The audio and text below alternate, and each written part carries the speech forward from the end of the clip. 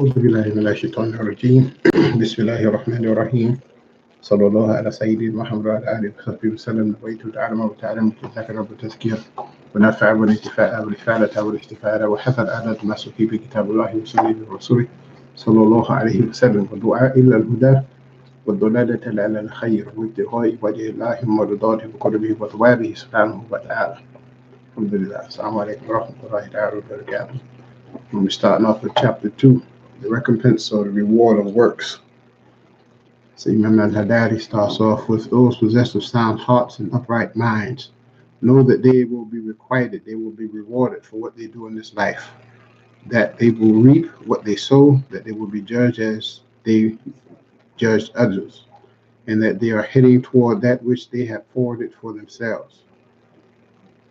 So basically everything that he's saying here, everything that we are doing in this life, there's going to be a day of reckoning for it, a day of requital, a day of recompense, a day of reward and punishment.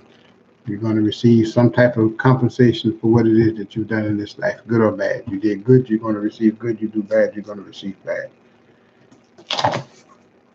And all of this is based on intention. Although we're going to be talking about the deeds that people do and the acts that people carry out, the rewards of the punishment center around these things, but Allah is the one who's actually doing these things.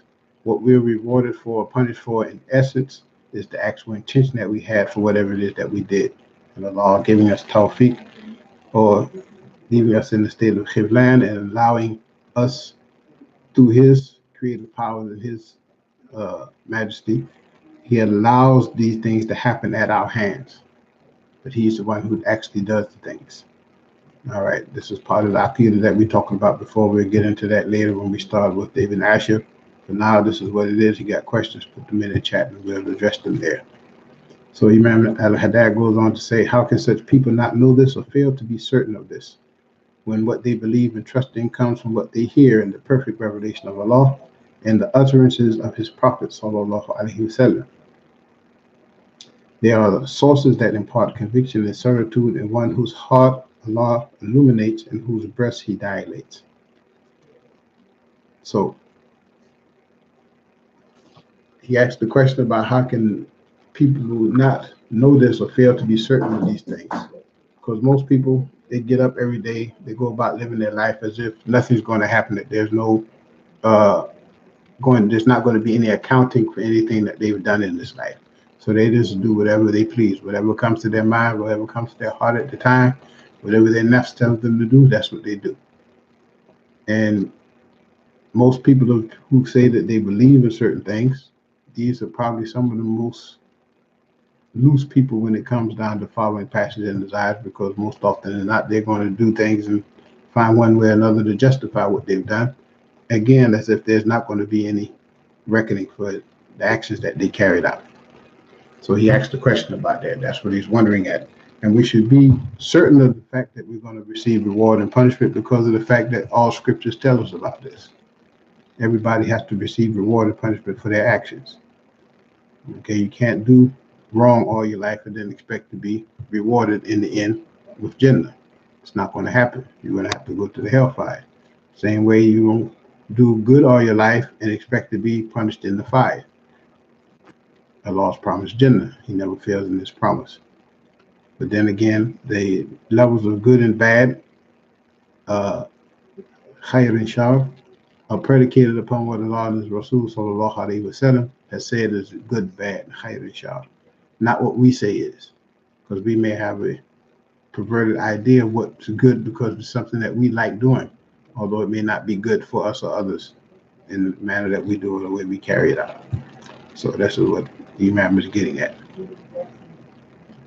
So he continues on. They are sources that impart conviction and certitude in whose heart Allah illuminates and whose breast He dilates. So again, going back to the revelation, we know that they said that for the one who Allah wishes Islam, He expands his breast, and for the one who He does not wish to guide, He makes his chest feel like he's constricted, like as if he's going up into the sky. And if you ever go up into the high distances, the air is thin, harder to breathe, and it feels like your chest being caved in sometimes, particularly if you have breathing issues or bad hearts or something like that. So this is what gives some light to what it is that he's talking about. So he goes on to say, so be present of heart and attentive of ear, and listen to what may awaken you from your heedlessness and rouse yourself from your slumber. Act well for your own good and save yourself. And he quotes an ayat from the Quran, a portion of the ayat where it says, on the day when no wealth shall avail, nor children save those who come to Allah with a sound heart, qalb and salim. So out of everything that we do, we can have the best intentions, but we can have corrupt motives for doing it. We may want to do some good for people, but we may try to use corrupt means to get it done. And that's a sign that the heart is not good. It's a corrupt heart that does these types of things. Allah will only accept things that are pure sources and pure intentions. So it has to be in accordance with each other. And those who are judged in the most favorable manner are the people who have the sound hearts on the day of Yawm al-Qiyamah. And then he also quotes another ayah where he says, Allah Ta'ala says, to Allah belongs what is in the heavens and what is in the earth, that he may recompense those who have done wrong with their doings and recompense those who have done good with good. Another thing, again, going back, giving appropriate reward, good for good, evil for evil. In another ayat, he says, and Allah Ta'ala says, there is nothing for a man except what he has striven for, or what he strives for. And his striving shall only be seen, shall surely be seen, then he will be recompensed for it, he will be rewarded for it to the full, and to your Lord is the final end. Again, another reminder, good or bad, you're going to always get your reward for it. Allah doesn't forget anything. Something that you may have done in the dark and you thought nobody saw you on this earth, the two recording angels, Raqib and Atid, they wrote it down. It's been recorded. Allah already knew what you were going to do. He saw it, etc., etc. You're still going to be held accountable for it. Whether you think nobody saw you or not, it's still going to come back up another day. And then he also says, another ayat, it is not by your wishes nor the wishes of the people of the book. He who does wrong will be recompensed accordingly, and he will find neither protector or ally other than Allah, and he who does good, whether he be male or female, and is a believer, such will enter the garden, and they will not be wrong. Even to the Qintar, it talks here, the thread of a date stone is like the little small indentation that you find in a pit of a date. Something as small and insignificant as that, you will be rewarded for it, and like he says, you will not be wrong in the least. Because Allah is al-Adl, he's the just. Then there's another ayat that he gives. He says, Allah Ta'ala says, he who does an adequate rate of good will see it, and he who does an adequate rate of evil will see it. And then he gives another ayat. Allah charges no soul except with that which it can bear. It will be rewarded for whatever good and whatever evil it has earned. Another ayat that he gives. He who does good is for his own self, and he who does wrong, it is against it. And your Lord is not unjust to his servants. Another ayat. Allah Ta'ala exalted as he on the day when each soul will find the good it has done brought near, as for the evil it has done, it will wish that there would be a mighty distance between them. Allah warns you to beware of him, and Allah is kind to his servants, to the servants. And then he also says in another ayat, fear a day when you shall be returned to Allah, then each soul shall have its recompense, shall be recompensed for what it has earned, and they shall not be wrong. And he said that this verse was the last verse of the Quran to be revealed, and this was from Surah Al-Baqarah, this last verse that we read, Surah 2, ayat 281. So again, the Imam used all of these ayats to remind people, okay, it comes in Revelation like he talked about in the line before he started giving the ayats. So you need to be mindful of these things, give heed to it, and you should believe it because it comes from the Quran. So to doubt these things, to believe that it means something other than what it says, then we talked about this before. It's very problematic. And according to the level and the state that you're in at the time, it could possibly be kufr.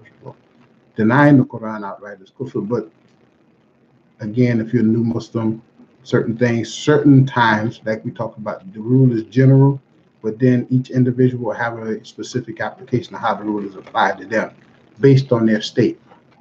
Okay, it's not just the outright, because you may be a new Muslim, just took your Shahada 2 days ago, and then you be like wishy-washy about something that you hear because you have not getting sound understanding yet. So you can't have somebody else come behind you and be like, oh, you was a Catholic and such, because then that creates problems. And like we said, the rule is general. Yes, absolutely. You deny ayah of Quran, you're Catholic. But specific understanding requires you to look at each individual circumstance, but that's also not an excuse for you to just open your mouth and say something because you don't understand it. The rule that we already talked about before, if you don't understand something, best thing to do is keep your mouth shut and find somebody to help you understand it properly. So he goes on to say, the Messenger of Allah sallallahu alaihi wasallam said, the Holy Spirit whispered into my heart, live as long as you wish, you shall die. Love whatever you wish, you shall be separated from it. Do whatever you wish, you shall be rewarded for it. And the Prophet sallallahu alaihi wasallam said, benevolence, generosity, kindness, mercy, those types of things encompass benevolence. Benevolence does not decay, sins are not forgiven, are not forgotten, and the judge, meaning Allah, does not die. As you judge, so shall you be judged. And then he goes on to relate another hadith from the Rasul sallallahu alaihi wasallam, but this being that he says, and he relates on behalf of his Lord, meaning this is a hadith Qudsi. It says, "O my servants, it is but your deeds that I count for you, then I shall pay you for them in full. He who then finds good, let him thank Allah, and he who finds otherwise, let him blame none but himself." So within that right there, like we talked about, far as Aqidah, in reality, our actions are a part of the creation of Allah. We don't do things of our own free will. Free will has a very limited and direct meaning and understanding to it, which goes back to our intentions, our desires. We intend to do something good or bad. If Allah wills it, He allows it to happen by allowing it to manifest at our hands through His creative power. We are not the ones actually carrying out the deed. And just like Prophet Muhammad sallallahu alaihi wasallam said in the sound hadith, neither are we the ones who are held accountable or rewarded or punished for our deeds, rather. Rewarded or punished for our deeds. And it's only based upon Allah's fadl, His rahmah, and His adl that we're either punished or rewarded. Only those things there. Based on Him understanding our intent, our desires, and our state, and how these things carried out.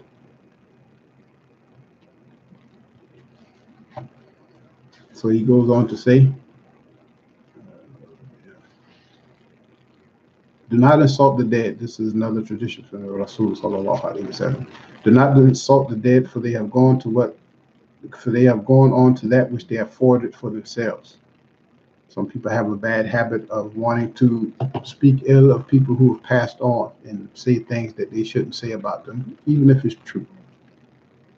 After a person leaves from this realm right here and they've gone to the barzakh, like the Rasul said, oftentimes if you don't have good things to say about those who passed on, be quiet, because you don't know what they might have gone on to.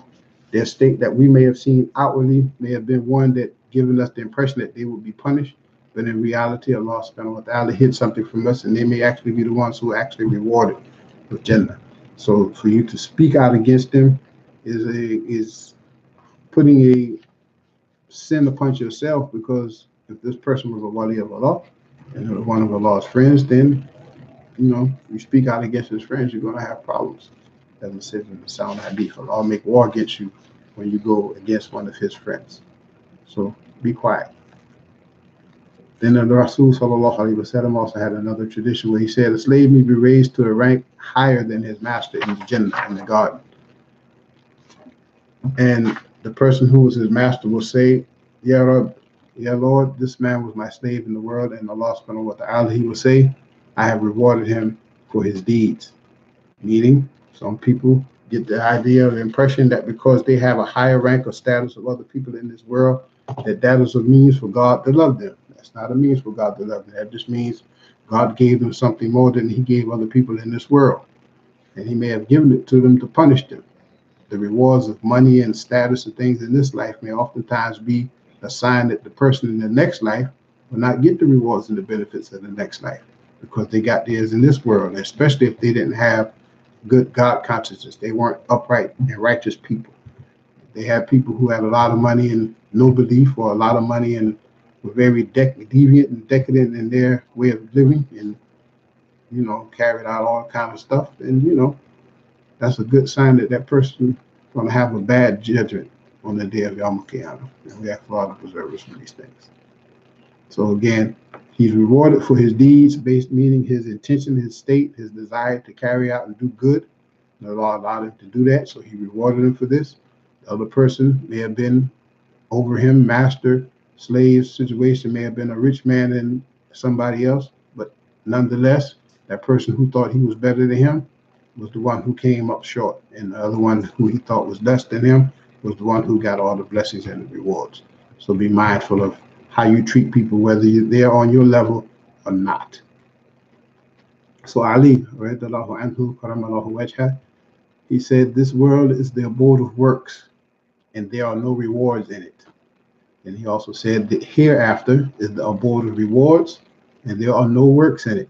So act in the abode of no rewards for the sake of the abode of no works.